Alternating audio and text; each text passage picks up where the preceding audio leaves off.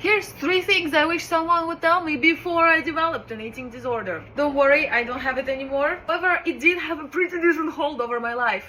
First, neurodivergent women and women with ADHD or on the spectrum are more likely to develop an eating disorder as a means to control for the lack of control in their environment and their life. What that means is that if you don't know that you have certain support needs to meet and they're not being met your whole life, on your way to burnout, you try to grab as much control as humanly possible. And of course, in the ever-changing world of the female experience, the only thing you can reasonably imagine you can control is your body. And of course, as the general female experience includes constant messaging telling you that you need to be smaller in order to have worth, it really comes to no surprise that someone who's prone to hyperfixation and overthinking and an increased level of attention to your internal cues or suppression of your internal cues would be at risk of an eating disorder.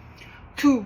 Another reason why a neurodivergent person is more likely to develop an eating disorder is because your brain requires more stimulation. This is especially true of people with a lower baseline of dopamine. Because you experience a lower baseline of dopamine, you find yourself constantly craving stimulation, but just the right amount of stimulation. Because if you get overstimulated, you then also have to take off the edge by the means of using food. Because what does society teach us about food? That it's an excellent way to resolve any sort of emotional problems, whether that may be overstimulation, understimulation. The only way to handle this complex emotional dissonance is by the means of using food. Food is there for nourishment, not to fulfill an emotional need within you. That is meant to momentarily bring you closer to some sort of existential fulfillment, which obviously never comes. Because food is fuel, not a personality trait. Food isn't the pinnacle of emotional fulfillment. Sure, you should want for food to be your ultimate nourishment, your fuel, something that builds you up rather than throws you down. Because eating everything non-stop that's in front of you is just as much of an eating disorder as not eating and denying yourself food. And I've been on both sides of that spectrum as well as other spectrums.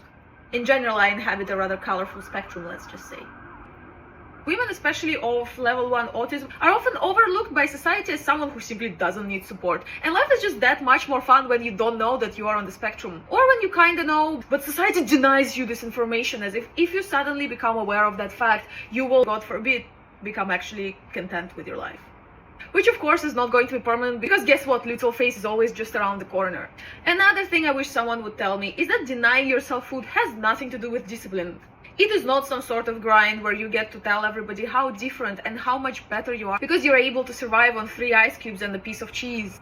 What we call food discipline really has more to do with your value system. If you know what is real food, whole foods, and what they do for you and how they actually are the real medicine as opposed to everything else the world tries to tell us is medicine, you're not going to struggle at all with food discipline. You're simply not going to want to eat food that is literal poison. On the other side, we have, of course, the mindset that teaches us to view food as good and bad. Trust me, no treat is going to be worth your longevity, mainly because you're not a dog, and you should not think of food in terms of treats and cheat meals. Think about food in terms of what best fuels you, what best helps you meet your goals and objectives in life. Your desire to grow smaller will just never stop if you follow it. And I would know, at some point I used to weigh 46 kilos with 1.65-ish height and think that I need to drop some more weight.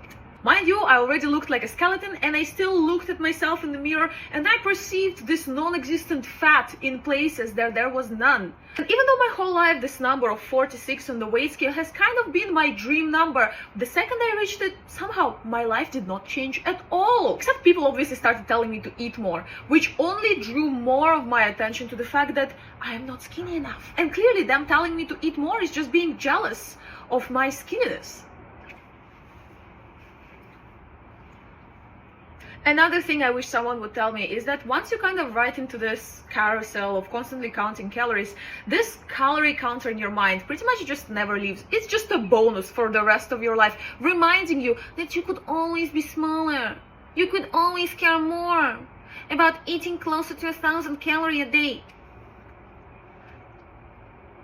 No, that's not the answer. It's not really about the calories, right? Energy is not made equal. The energy and the calories that you get from completely artificial foods that have been processed like 5 times over are not the same as having calories from whole foods that actually tell your organs to renew your cells, to eradicate things that are rotting inside of your body. Those are all not the same type of calories, okay? Anyways, if you eat a little bit more calories on one day, a little bit less on another day, it's not going to significantly affect your physique. What does affect your physique is stagnation. physical and mental stagnation, because when you're constantly body checking yourself, you're raising your cortisol, and guess what that's going to do to your body? It's going to increase inflammation, and increased inflammation overall leads to like this kind of a puffy look that has nothing to do with your calorie intake. You could be eating as little as 500 calories a day and still look puffy. Why? Because your body is stressed out of its mind. It's not thriving on 500 calories. It's just not.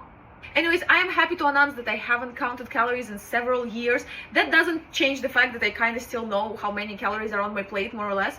But I can eat a full stick of butter on my bread and not fall apart for the rest of the day.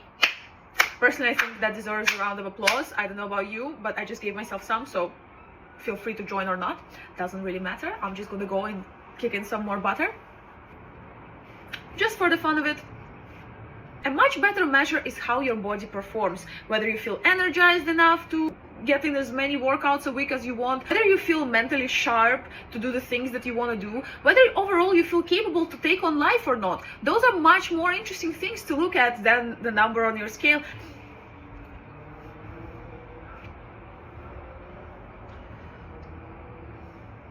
Because it's genuinely way more fun to be fit than skinny.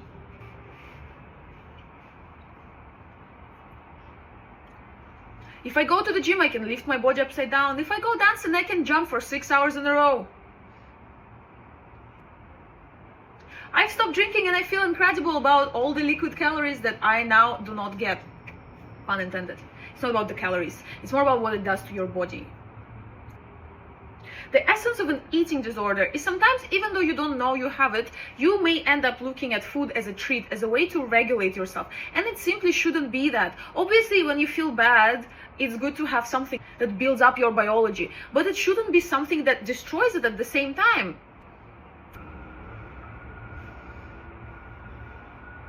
Your ability to eat a load of donuts, regardless of how your body looks like, isn't going to solve your mental health crisis, but eating a steak and berries might.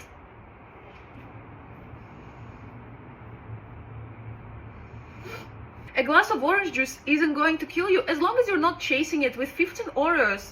And it's not even because of the sugar content, it's because of all the chemicals that go into the food that is being sold as food but actually isn't.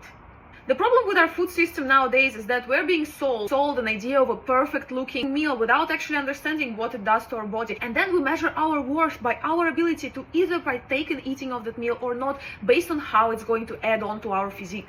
Guess what? If you eat home-cooked meals made from 80%, let's say 80% whole food ingredients, you're genuinely not going to have high hunger levels. You're going to have optimal hunger levels, and you're not going to need to constantly count calories to make sure you're not going over your maintenance or deficit. Unless, of course, you're in a surplus and your aim is to eat as much as possible to build more muscle. I'm gonna leave you be.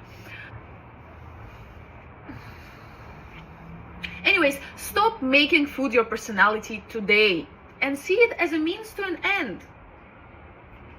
And for many people in our society, end is turning 30 or 40, but it's simply not true. And if you actually care to take care of your body, you would know. If any of this sounds condescending to you, I'm on the spectrum, so that's your problem. I genuinely wish you well, and I hope that you are able to kick any habits that are strangling your life and turn your life into something that you can actually enjoy without looking at somebody else next to you and thinking how you compare to that person in order to feel worthy or not.